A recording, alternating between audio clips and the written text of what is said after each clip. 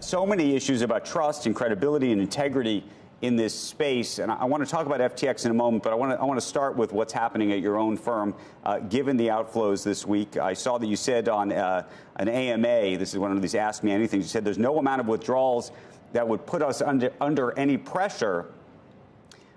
But that, I think, is a very bold statement to be making.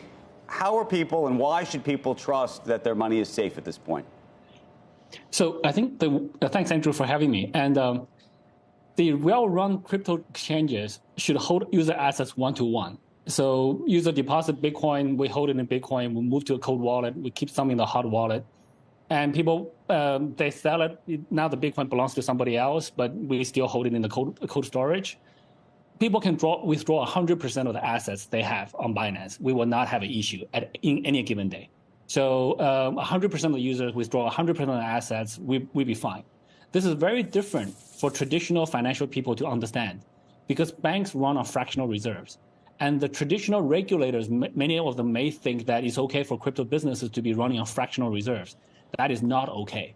In crypto, there's no central bank printing money to bail out banks when there's a liquidity crunch.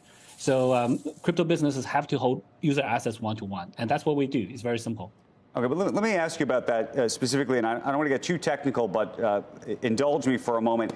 When you had what seemed to be liquidity issues around customers wanting USDC, it looked, at least from this vantage point, that what was happening here could have been avoided if, and tell me if I'm wrong about this, you allowed customers to deposit and hold USDC instead of what it looked like was that you auto-converted them into your own exchange dollar. Am I wrong? There's minor corrections. So number one is we do the auto conversion into BUSD, which is not issued by us, which is not the exchange dollar. It's actually issued by a New York DYF licensed entity, Paxos. So the reserves are in New York. It's a stable coin. The problem we had before is we have many different types of stable coins on Binance. And, Bitcoin trades against USDC, Bitcoin trades against BUSD, and the USDT, there's TUSD, there's a bunch of other things. And then it's very difficult for users to find the best price. So we said, okay, they're all stable coins, and they should convert one-to-one. So let's combine all of them into one, so that the users just they want to buy Bitcoin, they go to Bitcoin BUSD, and they find it.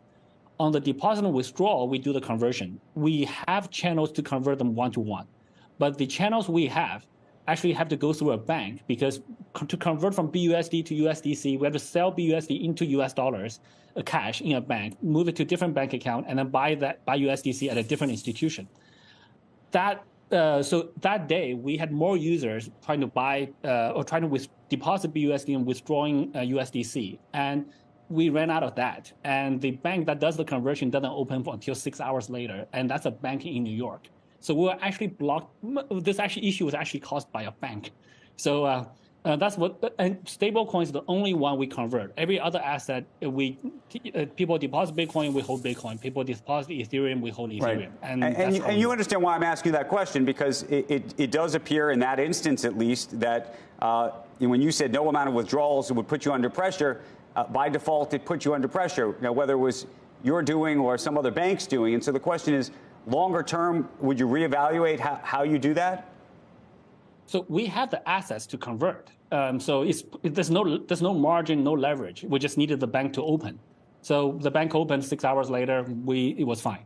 So banks don't work for 24 hours a day. Banks only work for a few hours a day. And when you try to And when banks are shut down, when banks are closed, you try to withdraw money, it doesn't work. That's exactly the same situation that happened. And we allowed people to withdraw other stable coins onto other platforms to do conversion if they want. So there was not a liquidity issue. It was just there was a conversion issue that was going through the bank. In terms of the credibility of Binance, you disclosed that Binance holds about $60 billion of crypto assets. But thus far, you haven't disclosed your liabilities. And I wonder why that is and whether you will. Yeah, so we are working with firms to do the audited financials, liabilities, etc. Very simply, Binance does not owe people money. Binance does not have loans from other companies, from other funds. We just don't have it. You can ask any fund in the ecosystem. You can ask any VC. we actually also do not have VC investments, so we don't owe anybody any money. And we also do not have loans to other people that we depend on for our next payroll. So we are very simple, very self-contained type of organization, and we manage our cash very simply. So that's very, very different from the FTX situation, where so people who are hurt by FTX are now worried about everybody else, and they were defending FTX before. But that's why they have money on FTX. So, but just because they're bitten by one snake doesn't mean that every other animal is the same.